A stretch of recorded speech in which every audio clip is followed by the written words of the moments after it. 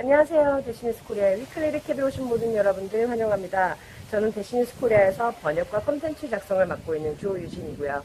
이번 한 주 동안에도 대시와 암호화폐에 많은 일들이 있었는데요. 어떤 일들이 있었는지 저와 함께 살펴보는 시간 가져보도록 하겠습니다. 시작하기 전에 저희 채널을 처음 접하신 분들께서는 아래에 있는 구독 버튼 꼭 눌러주시고요.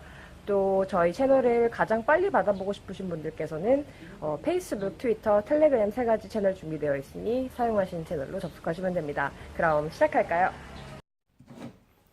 첫 번째 뉴스는 프라이버시 중심의 코인인 지캐시가 미국의 규제 당국으로부터 거래소인 제미나이에서의 거래 허가를 취득했다는 내용입니다.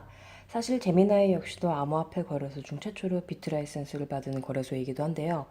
미국의 규제 당국으로부터 개인정보 보호 코인이 허가를 받았다는 것은 대시에게도 긍정적인 소식입니다. 미국 금융감독청은 지캐시가 2가지 거래 기능을 갖추었다는 점에서 허가를 내렸다고 밝혔는데요. 우선 공개 거래 기능은 거래 금액이 블록체인상에 공개적으로 표시되고, 보안 거래는 지캐시의 기능인 지 주소를 이용해서 완전히 비공개로 처리된다고 하네요. 주정부는 지캐시 거래를 계속적으로 감독하겠다고 밝혔습니다. 사실 개인정보 보호 코인들은 각국 정부들이 좋아하는 코인은 아닙니다.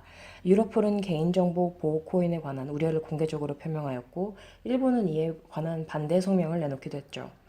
마이크로소프트의 빌 게이츠 역시 사람들이 더 많은 개인정보 권한을 부여하는 코인에게는 반대한다는 입장을 내놓기도 했습니다.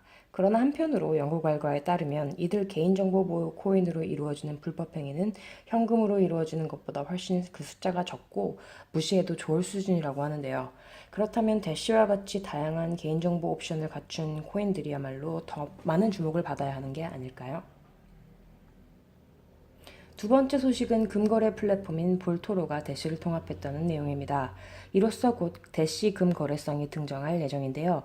볼토로는 이러한 거래상을 만들기 위해 매달 69대시씩 4개월간 자금을 제공해달라는 내용의 제안서를 제출했고, 이러한 제안서가 통과됨으로써 이 자금으로 볼토로 거래 플랫폼의 기술적인 확장과 새로운 대시 거래상을 사람들에게 널리기 위한 개발 및 마케팅 팀이 설립된다고 합니다. 볼토로의 고객은 볼토로 서비스를 이용해서 금을 거래하고, 볼토로 소유의 스위스 금고에 금을 보관할 수도 있고, 혹은 원하는 경우에는 볼토로를 통해서 거래한 금을 배달 요청할 수도 있다고 합니다. 현재 94개국 14,000명의 고객을 보유하고 있으며, 이로써 이들이 플랫폼 개발을 마치겠다고 약속한 4개월 내에 고객들이 대시를 이용해서 금을 거래할 수 있게 될 예정입니다. 이로써 가장 최신의 통화인 암호화폐와 가장 오래된 통화인 금 사이를 자유롭게 오고 갈 수 있게 되었는데요. 앞으로 더 많은 사용 사례를 구축할 수 있도록 대시를 더 많이 응원해야겠습니다. 세 번째 뉴스는 리투아니아에서 암호화폐 친화적인 지침을 작성했다는 내용입니다. 발트의 새 호랑이 중 하나인 리투아니아에서 이번에 발표한 지침에는 암호화폐와 ICO에 관한 내용이 모두 담겨 있는데요. 이처럼 암호화폐와 ICO 사이의 차이점을 인식하고 있다는 점 외에도 ICO의 구성 방식이 다를 수 있다는 점 역시 반영해서 각 ICO 구조에 따라 다른 형태의 규제를 적용하고 있다고 합니다. 이 보고서에는 규제, 세무, 회계, 자금 세탁 방지 및 테러 자금 방지의 4가지 주제를 모두 포함하고 있는데요. 한편으로 이 보고서의 내용과 기관의 해석 간의 차이가 있는 경우에는 후자가 적용된다는 점 역시 확실히 하고 있습니다. 이런 내용을 볼 때 일견 암호화폐나 ICO에 불리하게 작용할 수 있는 것처럼 보이지만, 사실 한 발 더 들어가서 생각해보면 빠르게 변화하는 암호화폐 세계에서 확실한 정의와 이에 따른 규제는 사실상 거의 불가능에 가깝겠죠. 따라서 이러한 이들의 해석 방침은 매우 정당한 것으로 보입니다. 리투아니아의 재무부 장관인 빌리어스 사포카는 암호화폐에 관해서 전반적으로 긍정적인 태도를 취하면서 암호화폐 경제가 우리 생활의 일부가 되었고, 따라서 암호화폐와 관련된 많은 사람들이 리투아니아에서 혁신을 일구어 나왔으면 좋겠다는 소망을 밝히기도 했습니다. 사실 리투아니아가 발트의 호랑이라고 불리는 것은 구소련으로부터 독립한 이후 빠른 경제 성장을 이루었기 때문인데요. 이러한 빠른 경제 성장의 이면에는 변화하는 경제 상황에 대한 빠른 적응과 수용이 있었기 때문입니다. 이러한 역사적 교훈을 바탕으로 이번에도 암호화폐라는 거대한 물결을 빠르게 수용한 것으로 보입니다. 우리나라도 하루빨리 암호화폐를 국내 경제에 도입했으면 좋겠네요. 네 번째 소식은 알트36가 대마 공급 플랫폼인 캔트레이드와의 파트너십을 맺었다는 소식입니다. 우선 알트36는 여러 번 설명을 드려서 다들 알고 계실 텐데요. 알트36는 결제 프로세서로 대시를 독점적으로 활용하고 있습니다.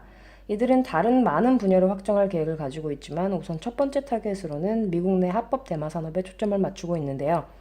프로젝트를 대중에 공개함과 동시에 미국 200여 개 조제소에서 사용되고 있는 플랫폼인 웹조인트와의 파트너십을 발표해서 화제가 되었죠. 이들 알트36는 미국 내 400여 개 이상의 산업체에 대마를 공급하는 도매 플랫폼인 캔트레이드와 두 번째 파트너십을 맺었는데요. 특히 캔트레이드는 대마 재배자, 제조사, 유통업체 및 의료기관을 포함하는 대마초 비즈니스에 디지털 지불 솔루션을 제공하는 대마초 전문 B2B 마켓 및 CRM 플랫폼으로 알려져 있어서 알트36와의 파트너십이 큰 성과를 불러일으킬 것으로 보입니다. 이렇게 해서 대시에 대한 소비자 접근성이 크게 확장되고 소비자들에게도 원활하고 쉬운 지불 솔루션을 제공함으로써 대마 비즈니스가 운영되는 방식에도 변화를 가져오겠다는 거죠. 이번 통합은 결국 더 많은 시장 참여자들이 대시의 잠재력을 인식하게 되는 중요한 계기가 될 것으로 보입니다. 다섯 번째 소식은 베네수엘라에서의 사업자 간 대시 채택이 급증해서 대시 상거래의 중심지였던 미국을 추월했다는 내용입니다. 현재 디스커버 대시에는 전 세계 약 1250개 업체가 등록되어 있는데요. 이 중에 273개가 베네수엘라에 위치하고 있다고 합니다. 미국의 경우에는 225개가 등록되어 있어서 2위에 링크되어 있습니다. 그러나 이러한 순위는 국가가 아니라 국민 1인당의 순위로 보는 경우에는 조금 달라집니다.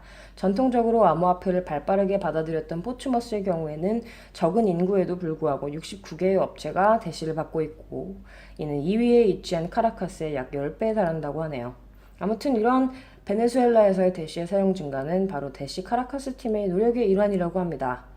특히 대시 판매자 계획, 즉 대시 머천트 이니시에이티브는 사업자들 사이에서 대시 채택률을 향상시키기 위한 특별 플랜이었고 여기에는 지원 데스크를 열어서 사용자들의 궁금증을 해결하고 소비자 지원을 제공하는 것 역시 포함되어 있었다고 하네요.